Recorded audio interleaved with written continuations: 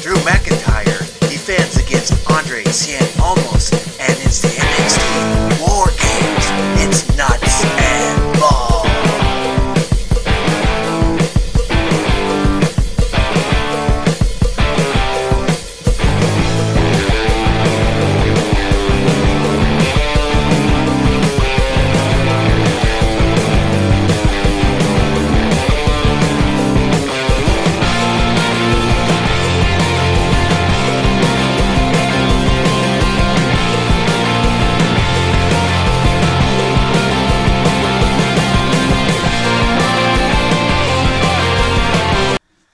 Howdy, howdy, howdy, fans, and welcome to the nuts and bolts of NXT Takeover War Games. And we're going to get rid of some house cleaning right off the top of the bat. If you haven't already, go ahead and subscribe to One Wrestling's YouTube page right here below. And check them out on Twitter at One Wrestling.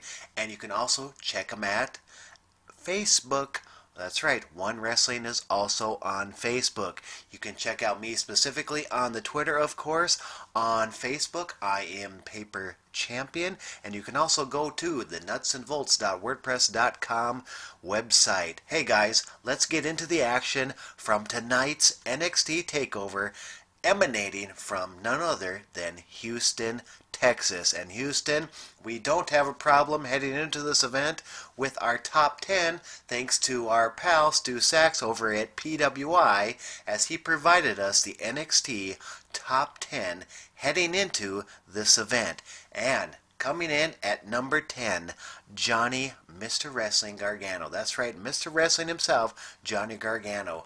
Up to the number 9 spot, an unknown Kona Reeves.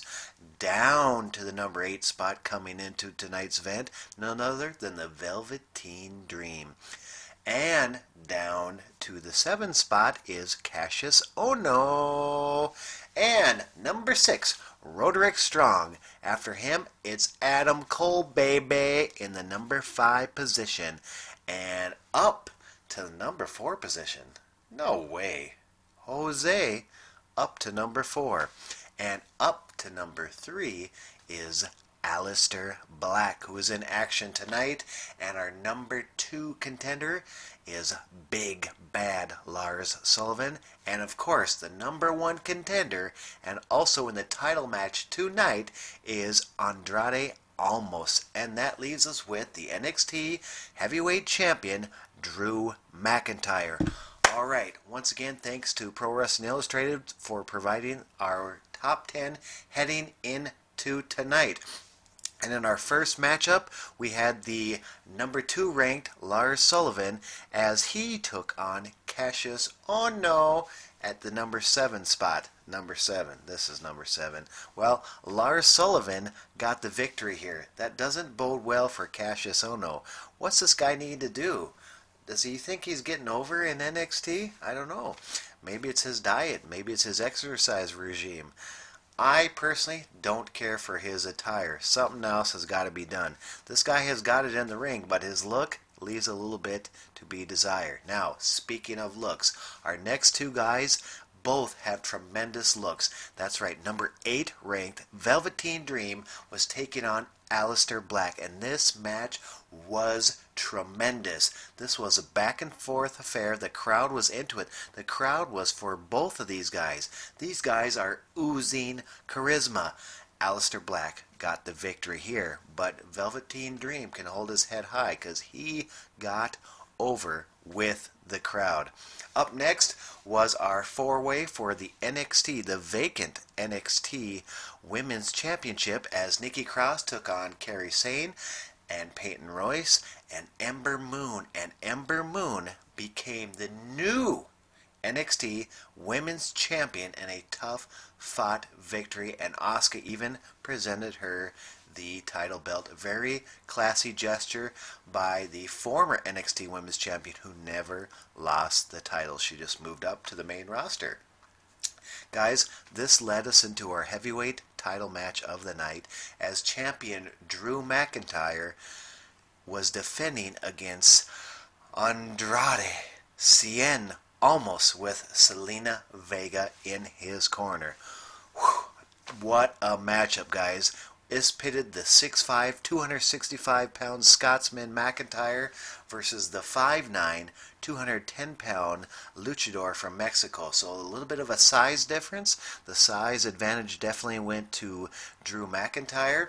Now, Drew McIntyre was looking to finish the match with the Claymore kick, and of course, Cien Almos was going to try to finish the victory with a hammerlock DDT.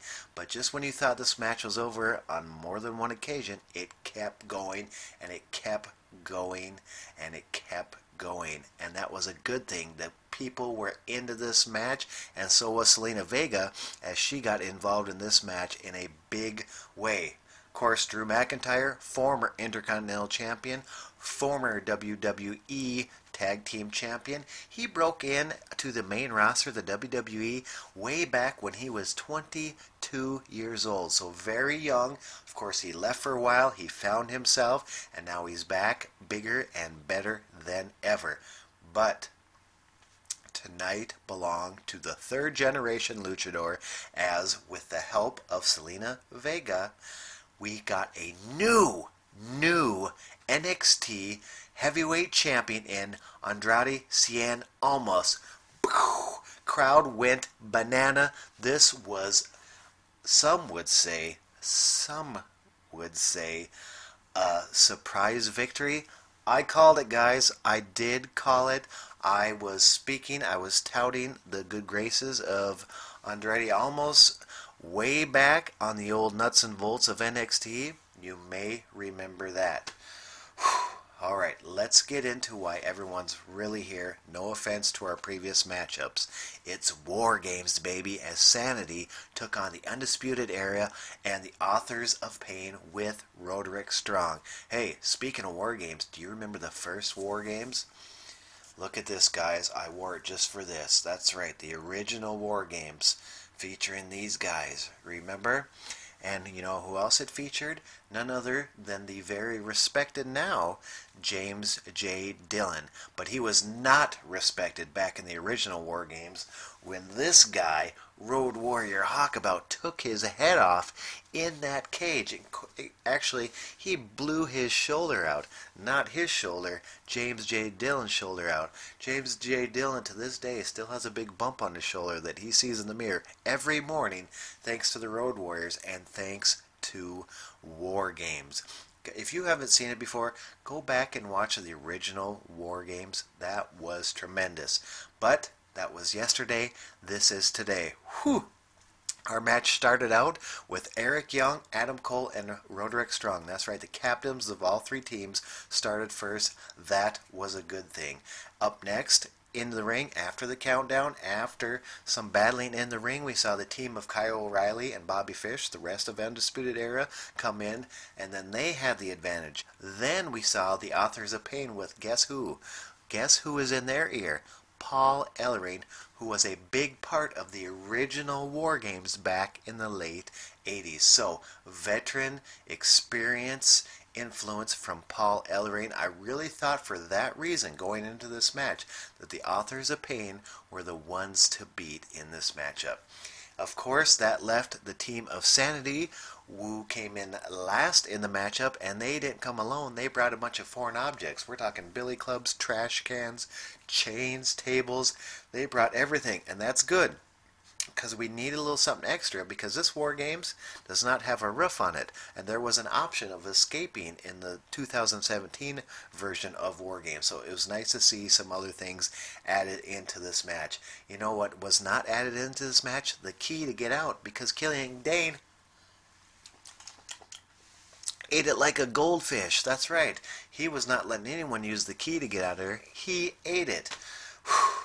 Speaking of eating it, EY got color. I'm talking Eric Young got color. What does that mean? That means he bled.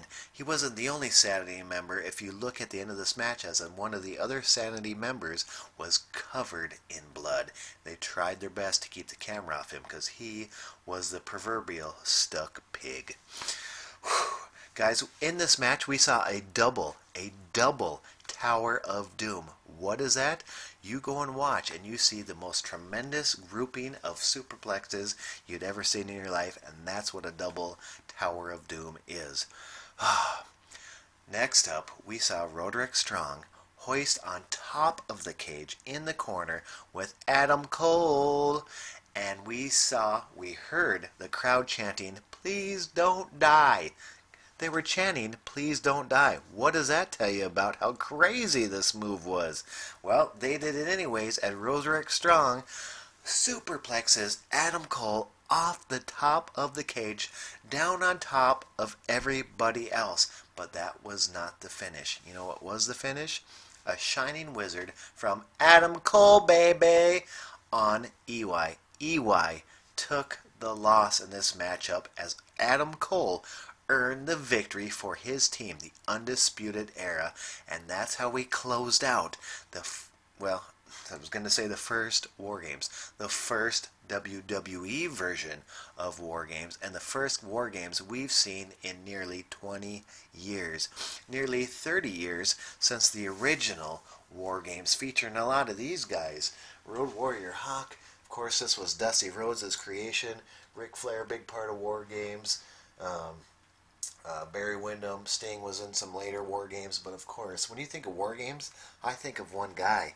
And that's this guy right here, Arn Anderson, who was probably in more War Games than anybody.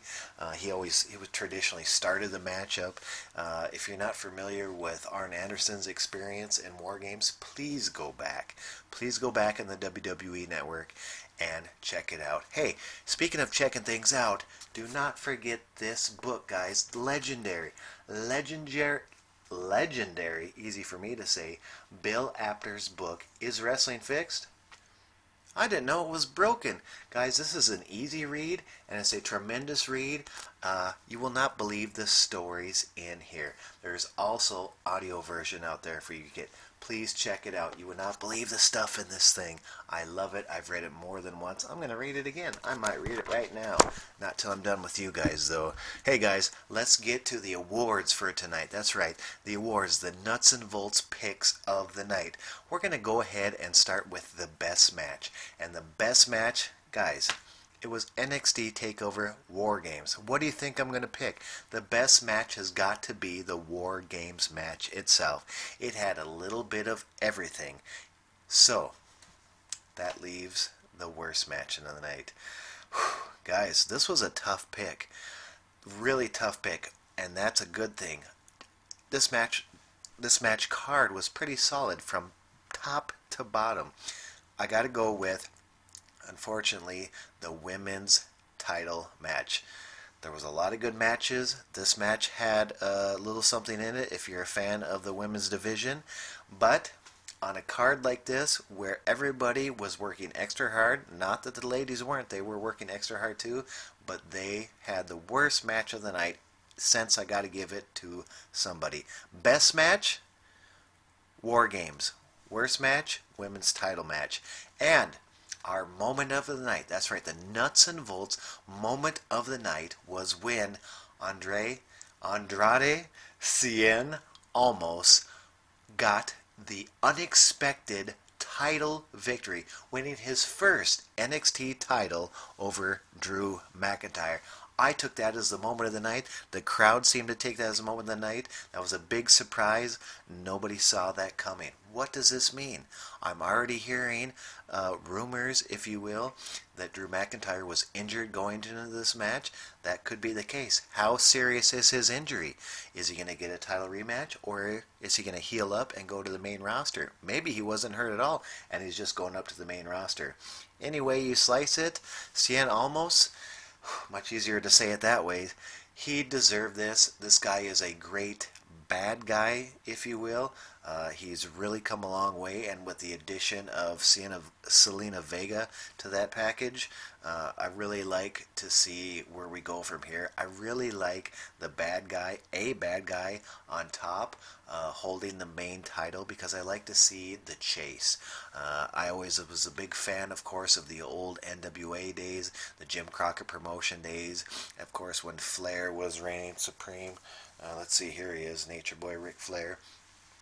I like when he held the title and when guys like Stinger and such were chasing him, or maybe it was Lex Luger chasing him, or how about the tremendous matches with Barry Windham. So I like to see the bad guy on top in this case, and that is going to be Andrade Cien Almos.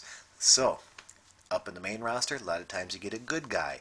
WWF was, of course, notoriously a good guy territory. Hey, anyway, slice it. This was a tremendous card. It was great to be back with your nuts and bolts. Please go to onewrestling.com for all your wrestling news. Until next time, guys, I'm T Voeltz with your nuts and bolts. Yeah!